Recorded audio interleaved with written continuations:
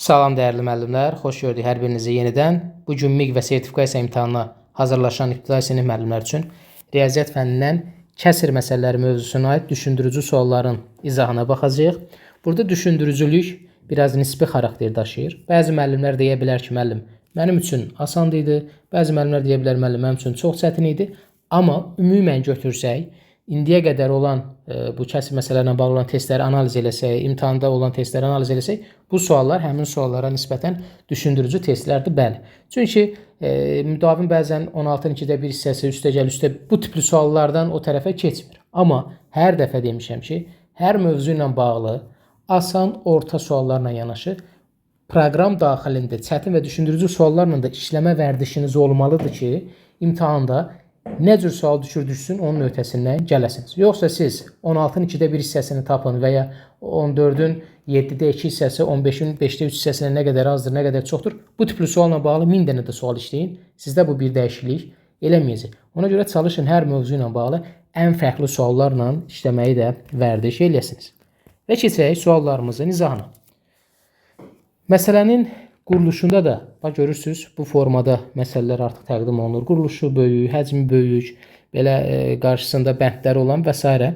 Çörək sexində bişirilən çörəklərlə bağlı aşağıdakı məlumatlar verilib. Undan xəmir əldə edilərkən ağırlığının 1/6 qədər artır. Biz bunu adi praktikamızdan da bilirik ki, undan xəmir düzəltmək üçün ona su əlavə edəcək və burada təbii ki, çəki artacaq. Xəmirdən çörək bişirildikdə 7də 2-si qədər azalır. O xəmirdən də çörək bişəndə bu quruyur bəlli miqdarda və orada təbii ki, çəki azalma baş verəcək. Bişmiş bir çörək 300 qramdır. 1080 kiloqram unla 300 qramlıq neçə bişmiş çörək alınır? Bu artıq məndən soruşulandı. Gəlin bunu başlanğıcdan gedək. Ən sadə formada. Əvvəlcə 1080 kiloqram undan biz nə almalıyıq? Undan xəmir əldə edəcəyik. Ona görə 1080 kiloqram unun xəmir əldə edəndə 6da 1-i qədər artır. Yəni üstə gələk 1080-in 6da 1-i. Neynədik? 1080-in 6da 1-ni birbaşa tapıb üzərinə də gələ bilərik. Amma hər bir şeyi yazmalısan ki, görəsən burada nə var, nə yox. Ona görə burada belə deyək, hövsələm çatmadı və s. və ilə eləmirsiniz. Yetər ki, diqqətli və düzgün yazın, o məsələ sizin olsun. İndi buradan yazırıq 1080 üstə gələk. 1080-i 6-ya bölürük. Yəni bunu ixtisar eləsək 180 eləyər. Üzərinə gəlinsin bura 180. Bu da bərabər elədi 1260 kiloqram nə? Xəmir. İndi bu xəmirdən 7də 2-si qədər azalır. Biz deyə bilərik ki, 7də 2-si qədər azalırsa 7də 5-i qalır. Birbaşa 1260-ın 7də 5-ini də tapa bilərik və yası bundan ibarətdir ki, 1260 çıxılsın, azalma çıxma deməkdir. 1260-ın 7də 2-si. Yəni sizin üçün verilən cümlələri riyazi olaraq belə deyək də tərcümə edib bura yazıram. Yəni riyazi yazıram. Buradan ixtisarlarımızı eləsək, qalar 1260 çıxılsın. Da 1260-ı 7-yə bölüb 2-yə vurmaqda bir problemimiz yoxdur hər halda. Beləcə 360 çıxılsın 360 bərabərdir 900 kiloqram nə? Xəmirdən nə alınacaq? Təbii ki, çörək. Bura yazıram. Çörək. Aha, çörək. İndi bizə deyir ki, bişmiş bir çörək 300 qramdır. Biz nə qədər? 900 kiloqram çörək aldıq 1080 kiloqram undan. Amma bunu 300 qramlıq neçədən olacaq? Bunu tapmaq lazımdır. 900 kiloqramı qrama çevirəcəyik. 1 kiloqramımız bərabərdir 1000 qramdır. Ona görə 900-ün sonuna 3 dənə 0 yazacağıq. Başqa cür desək 1000-ə vururuq. Böləcəksin. Çünki eyni vahidlər olmalıdır ki, bir-birinə bölək. 300-ə. Buradan 2 0 gedir, buradan 2 0 gedir. 9000-i də 3-ə böləndə, 9 3-ə böləndə qalır 3. Sonunda 3 dənə 0, 3000. Bu məsələ digərlərinə baxanda elə çətin məsələ deyil. İndi qarşıdakı məsələlərə baxacağıq. Sadəcə olaraq burada proseslər çoxdur və imtahanda da müəllimləri çaşdıran məqam da budur. Ədədlərin böyük olması, hesablama. Nə qədər müəlliməsində həll edə bilirdim, elementar bir rəqəm səhv elədim, ədəddə çalışdım və s. Ona görə sualın çətinliyi bəzən onun həllinin anlaşılmayan olması demək deyil. Həcmin böyüklüyü, sadə bir məsələ ola bilər, amma içərisində əməliyyatlar çox olar, hesablamalar çox olar. O da məsələnin çətinlik kateqoriyasını bizə görə, yəni imtahana görə təbii ki, artırılmış sayır. Növbəti suala baxırıq. Tacir pulunun, daha doğrusu tacir bir top parçanın, adətən tacir məsələlərində pulla olur. Bir top parçanın 1/3-ünü özü üçün, qalanını satmaq üçün ayırır. Satmağı düşündüyü parçanın 1/4-ü xarab çıxdığı üçün özü üçün ayırdığı parçanın 1/4-ünü satır. Tacirin satdığı parça cəmi 105 metr olduğuna görə onun özünün neçə metr parça qalır? Bir növ sanki yanıltmazdır. Bunun üçün biz nə edərik? Ümumi tacirin top parçanı biz götürərik x. Bir top parçanı götürdük x. 1/3-ünü özü üçün. Bura yazıram. 1/3 x. Öz üçün. Yazıram bura mötərizədə. Özü üçün. Bunu qeyd elədik. Qalanını satmaq üçün ayırır. 1/3 x. Özü üçün ayırırsa qalan nə qədərdir? 3/2x. 3/2x. Burada yazıram satış. Amma bunu satmadı. Bunu hələ ki düşünür. Yəni qalanı satmaq üçün ayırır və bunu düşünür. Buraya yazıram düşünmək. Hələ bu satmayıb da. Yəni proses baş verməyib. İndi nə edir? Satmağı düşündüyü parçanın 1/4-ü xarab çıxdığı üçün. Normalda tacir fikirləşir ki, mən 3/2x qədər parça satacağam. Amma bunun 1/4-ü xarab çıxır. 1/4-ü xarab çıxırsa nə qədəri sağlam qalır? 1/4-ü. Ona görə 3/2x-in görək nə qədərini satır? 1/4-ünü. Bu 3-lər gedir. 2 ilə də 4 gedir. Qalır burada 2 bərabərdir. 2/1 x. Bura yazıram artıq satıb. Satıb. Hamısını satmadı. Çünki xarab oldu. Amma bəs bu adam belə planlaşdırmışdı. Və xarab çıxdığı üçün artıq məcburdur ki, özünü ayırdığı parçadan satsın. Və özünü ayırdığı parçadan nə qədər satacaq? 1/4-ünü. Onda yazıram burada 3/1x özünü ayırmışdı və bunun 1/4-ünü satır. Bu da bərabərdir 12/1x. Bura mötərizədə yazıram. Satıb. Əla. Cəmi 105 metr satdığı qeyd olunmuyor. Ona görə bu satılanların cəmini 105-ə bərabər edirəm. 12/1x üstəgələk 2/1x bərabərdir 105. Buradan 12-dən 2-yə məxrəc bərabərləşirsək 12 eləyər. 1 üstəgələk 12, 2, 6x bərabərdir 105. 12-də 7x bərabərdir 105. İndi buradan x də bərabərdir tərsinə vuranda. Bax, yəni kəsr məsələnin içərisində kəsrlərin bölünməsi, toplanması, çıxılmasını sən mükəmməl bilməlisən ki, məsələlərdə bir də məsələnin çətinliyini, mahiyyətini qoyub onlarla belə deyək, vaxt itirməyək. 7 7-yə 1, 105 7-yə nə qədər düşür? 105-i də 7-yə böləndə 15 alınmalıdır. 15 12-yə vuranda 180 metr. Demək, bizim ümumi parçamız 180 metrdir. Amma bizdən bunu soruşmur. Bizə deyir ki, onun özünə neçə metr parça qalır. Birdən çıxır burada da 105 metr satıldığını görə çıxarsınız. Bunun xarab olduğu da var idi. Ona görə başdan təzədən gedək. Yəni cavab 180 tapdıq.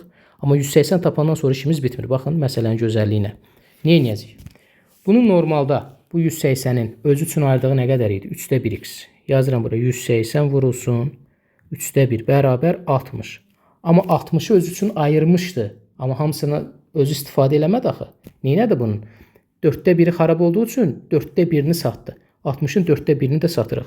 60-ın 4/1-i eləyir 15. 15 satılıbsa 60-dan da çıxıram 15-i bərabər 45. Demək ən sonunda özünə qalan nə qədər imiş? 45. Gördünüz müəllimlər? Təbii ki, müəllim mən bunu birbaşa parçanı 12x götürdüm. 12x-in 3/1 yaza bilərsən. Heç bir problem yoxdur. Düşünsən fərqli bir yöntəm də tapa bilərsən. Bir məsələnin bəzən 3-4 həllindən gedə bilərsən. Amma bizim məsələmizin adı nədir? Mövzunun adı nədir? İzahın adı nədir? Kəsr. Demək biz burada kəsrin mahiyyətini bilməliyik. Bu qədər sadə. Yəni kəsrlə həll eləməyi də analiz eləməliyik. Üçüncü suala baxırıq. Üçüncü sualda su ilə qab su məsələsi kimi də düşünə bilərik. Daha çox amma burada x, y, 3/1 isə bunları təbii ki, qab sunun mahiyyətini bilmək və məsələdə bunu tətbiq eləmək tələb olunur. Su ilə dolu qabın ağırlığı 5x qramdır. Biz bilirik ki, qab üstəgələk su bərabər 5x qram. Yəni qabda müəyyən maye, su, bal, yağ olanda qabın öz çəkisi olur və suyun öz çəkisi birlikdə onlar həmişə toplanır. İndi burada 3də 1 istifadə olunduqda demişdik ki, qab heç vaxt dəyişmir. Yəni qabın bunun mahiyyəti nədən ibarətdir? Sən qabı ortaya qədər doldur və ya dibində su olsun və ya tam doldur. Qabın öz xaliç çəkisi, yəni məsələn tutaq ki, 1 kiloluq vedrəyə dəmir vedrənin tutaq ki, çəkisi 1 kilodur. Onu ortaya qədər də doldursan, axıra qədər də doldursan, o vedrənin 1 kilosu dəyişəcək yox. Ona görə qabın qarşısına heç nə yazmırıq. 3də 1 istifadə olunduqda 3də 1 istifadə olunub qalan nə qədərdir? Həmişə qalan yazılır. 3də 2-si. Demək 3də 2-si, yəni boşu biz nəyə yazacaq ki, dolu hissəsini yazacağıq. Bərabərdir 2y qram. Bunu bu formada burada belə yazdıq. İndi bunu nə edə bilərik? Baxın. Bizdən soruşur ki, bunu tərəf-tərəfə çıxa bilərik.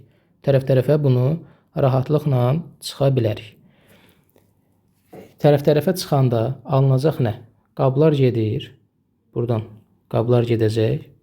Və ya tərəf-tərəfə çıxmamışdan qabaq daha bir başqa elə də eləyə bilərsiniz, yenə deyirəm. Amma biraz da elə bunu həll edəndə alma gəldi ki, elə bunun ikincinin hər tərəfini 3-ə vurum. Yazıram. Qab üstə gələk su bərabərdir 5x. Bu da artıq sistem tənliyə gedir.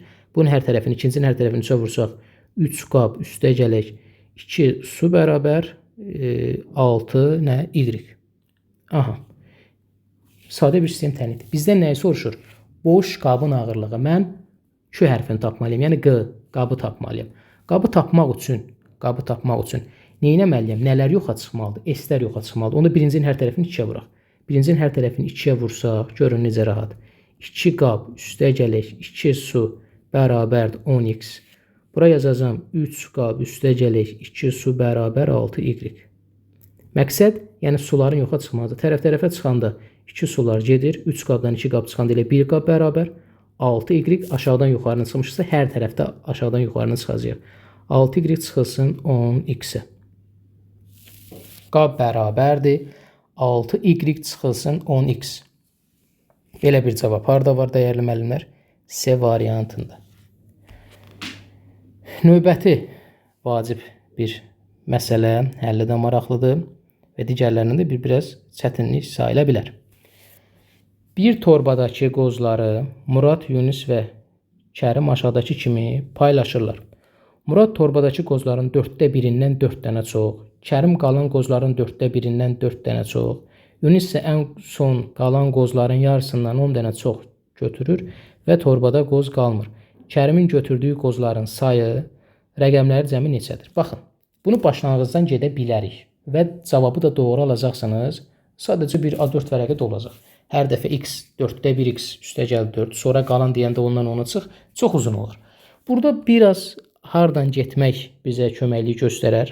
Baxın, bu son cümləmiz var. Yunus isə ən son qalan qozların yarısından 10 dənə çox götürür və torbada qoz qalmır. Bu cümlə mənim üçün bir ipucudur. Nədir ipucu? Yəni, Kərimdən sonra demək torbada qalan nə qədər imiş? X. Yəni, Kərimdən sonra qalanı artıq Yunus götürəcək. Tutaq ki, x qaldı da, Kərim götürəndən sonra x qədər qaldı. Bu x-in ən son qalan x-dir. Yunus isə ən son qalan qozların yarısından, bu x-in yarısı nə qədərdir? X böl 2. 10 dənə çox götürür, üstə gələk 10. Bu x-dən də bunu götürəndən sonra burada qalır 0. Elə bil, mən tutaq ki, Yunusun yerində mən Kərimdən götürdü, torbada qalan nə qalıbsa, qalan tutaq ki, x-dir. Onun yarısı x böl 2-dir. 10 dənə çox üstə gəl 10 bərabərdir 0. İndi bunu həll eləsək. X çıxılsın x böl 2 çıx 10 bərabər 0. Buradan 2də 1 x bərabərdir 10. Hər tərəfini 2-yə vursa x bərabər 20. Aha, əla. Əslində bizim riyazi bacarığımız biraz yuxarı olsa, biz heç bu x-i yazmadan 20 olduğunu bilərik. Hardan bilərik? 20-nin yarısı, nəyin yarısından 10 dənə çox götürəndə orada 0 qalır? Demək, yarısını 12-yə vuracaqsan da, həqiqətən də 20 olub ki, 20-nin yarısı 10 eləyir, ondan 10 dənə çox, yenə 20 eləyir, 20-dən 20-ni çıxanda torbada qoz qalmadı. Başa düşdünüz bu məntiqi? Məsələn, qalan qozların yarısından 4 dənə çox deyəndə, demək orada 8 olub, 2-yə vurursan. Yəni, onu 2-yə vura bilərik birbaşa. Amma o birbaşadır da, burada ispat elədim sənin üçün. Əla, yazıram bu 20, baxın, görün necə gözəl.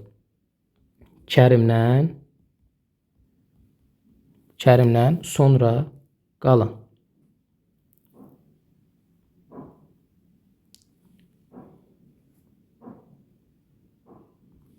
Yəni Kərim qalan 4-də ən sonda bu Yunus götürdüyü bu qədərmiş. Biz Kərimi hesablamalıyıq. Kərimin üzərinə fokuslanacaq. 20-ni tapdıq. İndi gəlin Kərimdən əvvələ gedək. Bir dənə də bu hissəndə gedək. Məsələmiz hazır. Murad torbadakı qozların 4-də birindən 4 dənə çoxu götürür və Kərimi qalır da 20 dənəsi qalır. 20 dənəsini də Kərim götürür. İndi gəlin baxaq. Nədir burada məntiq? Murad götürdüyü torbaların sayını bu dəfə Y deyəcəyik. Y-dən çıxacaqsan 4-də 1 Y-dən üstə gəl 4 dənə çoxu. Bərabərdir. Neyinirik? Nəyə bərabər eləyəcək bunu? Bax, məntiqə baxın. 20. Baxın, dəyərli müəllimlər. Bir də təkrar edirəm. Kərim Yunus götürdü, qoz bitdi. Bu öz yerində. Bəs Kərimdən sonra nə qədər qalıb ki, Yunus bunu götürür? 20 dənə. İndi mən Kərimdən əvvələ getməliyəm ki, Kərim də oradan götürəndən sonra 20 dənə qalıb. Bu 20-yə qədər görək nə qədər olur. Buradan çıxanda Y çıxılsın 4-də 1 Y çıxılsın 4 bərabər 20. Burada 4-də 3 Y bərabər 24. Y bərabər 24 vurulsun bunun tərsinə. 3-də 4-ə. 8, 32. Əla. Demək 32 nədir? Bura yazıram. Kərimdən əvvəl. Yəni Kərimdən əvvəl 32 dənəymiş. Kərimdən sonra 20 dənə. Yəni mənəm də tutaq ki. Məndən əvvəl 32 dənə, mən götürəndən sonra yerdə 20 dənə qalır. Demək mən neçə dənəsini götürmüşəm? 32-dən çıxıram 20-ni bərabər 12 qalır. Demək Kərimin götürdüyü qozan sayı 12-dir. Bunun da rəqəmləri cəmi 1 üstə gələ 2 bərabər 3 eləyir. Doğru cavab B variantı. Müəllim, mən başa düşmədim. Amma məsələn 16-nın 2-də 1 hissəsini tap, dərhal deyirsən ki 16 vurulsun 2-də 1. Heç bunun da mahiyyətini düşmürsən, əzbərləyirsən. Təbii ki, bu bir dəfə ola bilər, nəysə baxanda başa düşmədin. Dönə-dönə baxmaq lazımdır. Başdan gedə də bilərik. Yəni o daha uzun olacaq. Yəni orada biz Muradı ayrı hesablamalıyıq, Kərimi ayrı yazmalıyıq, Yunusi ayrı yazmalıyıq və çox uzun bir qayda olacaq. Əsas bax bu son məntiqi başa düşmək lazımdır. Kərimdən sonra qalan, Kərimdən əvvəl qalan. Azərbaycan dili məsələsidir. Cümlələrin leksik mənasını düzgün başa düşsəz bir problem qalmır. Bu qədər dəyərli müəllimlər, hər birinizə uğurlar arzulayıram. Arada hər mövzu ilə bağlı fərqli suallar işləməyi mütləq özünüzə vərdiş elətdirin. Yoxsa sizə minliklə deyirəm ki, 1000 dənə yaş məsələsi yazın, 2000 dənə sürət məsələsi yazın, S bərabər VT ilə bağlı. O sizin inkişafa aparmayacaq. Hər mövzu ilə bağlı arada fərqli düşündürücü suallar işləməyiniz mütləqdir. O imtahanda düşən 3-4 sualın ötəsindən gəlmək üçün. Özünüzə yaxşı baxın, növbəti izahlarda görüşərik. Hələlik.